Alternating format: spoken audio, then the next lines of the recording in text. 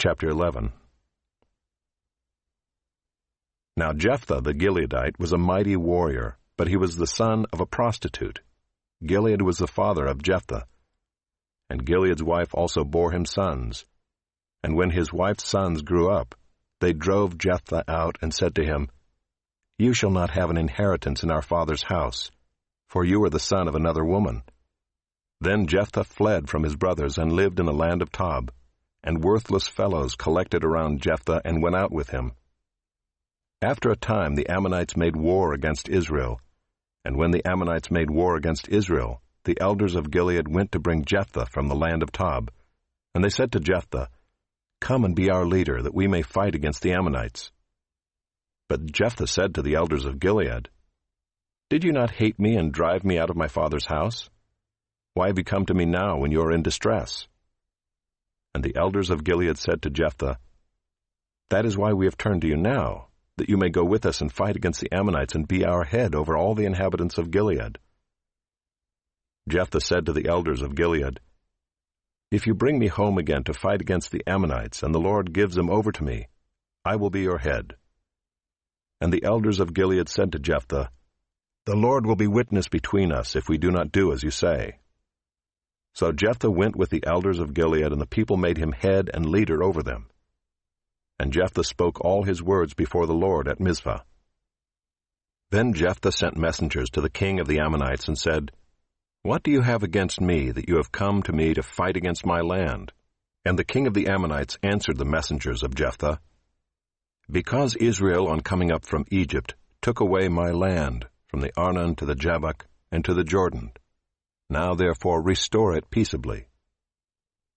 Jephthah again sent messengers to the king of the Ammonites and said to him, "Thus says Jephthah, Israel did not take away the land of Moab or the land of the Ammonites, but when they came up from Egypt, Israel went through the wilderness to the Red Sea and came to Kadesh." Israel then sent messengers to the king of Edom, saying, "Please let us pass through your land." But the king of Edom would not listen. And they sent also to the king of Moab, but he would not consent. So Israel remained at Kadesh.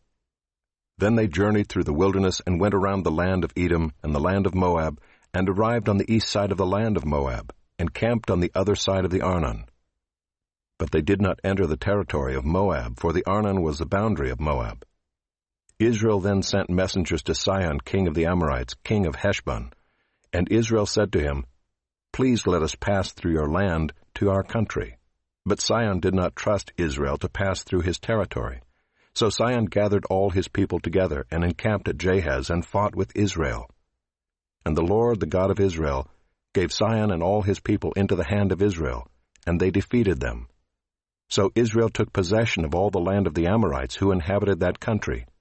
And they took possession of all the territory of the Amorites from the Arnon to the Jabbok, and from the wilderness to the Jordan. So then the Lord, the God of Israel, dispossessed the Amorites from before his people Israel. And are you to take possession of them? Will you not possess what Chemosh your God gives you to possess? And all that the Lord our God has dispossessed before us, we will possess.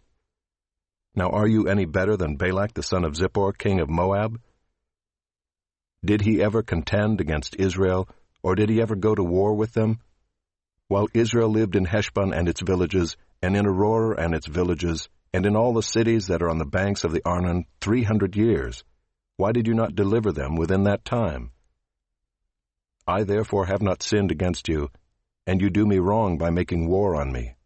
The Lord, the judge, decide this day between the people of Israel and the people of Ammon." But the king of the Ammonites did not listen to the words of Jephthah that he sent to him. Then the Spirit of the Lord was upon Jephthah, and he passed through Gilead and Manasseh, and passed on to Mizpah of Gilead, and from Mizpah of Gilead he passed on to the Ammonites. And Jephthah made a vow to the Lord and said, "If you will give the Ammonites into my hand, then whatever comes out from the doors of my house to meet me when I return in peace from the Ammonites shall be the Lord's, and I will offer it up for a burnt offering." So Jephthah crossed over to the Ammonites to fight against them, and the Lord gave them into his hand. And he struck them from Aroer to the neighborhood of Minnith 20 cities, and as far as Abel-keramim, with a great blow. So the Ammonites were subdued before the people of Israel. Then Jephthah came to his home at Mizpah, and behold, his daughter came out to meet him with tambourines and with dances. She was his only child. Besides her he had neither son nor daughter. And as soon as he saw her, he tore his clothes and said, Alas, my daughter, you have brought me very low, and you have become the cause of great trouble to me. For I have opened my mouth to the Lord, and I cannot take back my vow.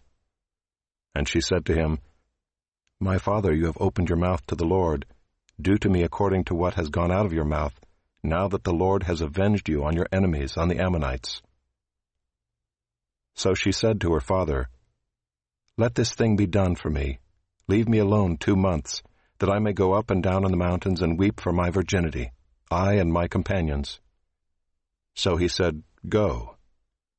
Then he sent her away for 2 months, and she departed, she and her companions, and wept for her virginity on the mountains. And at the end of 2 months she returned to her father, who did with her according to his vow that he had made.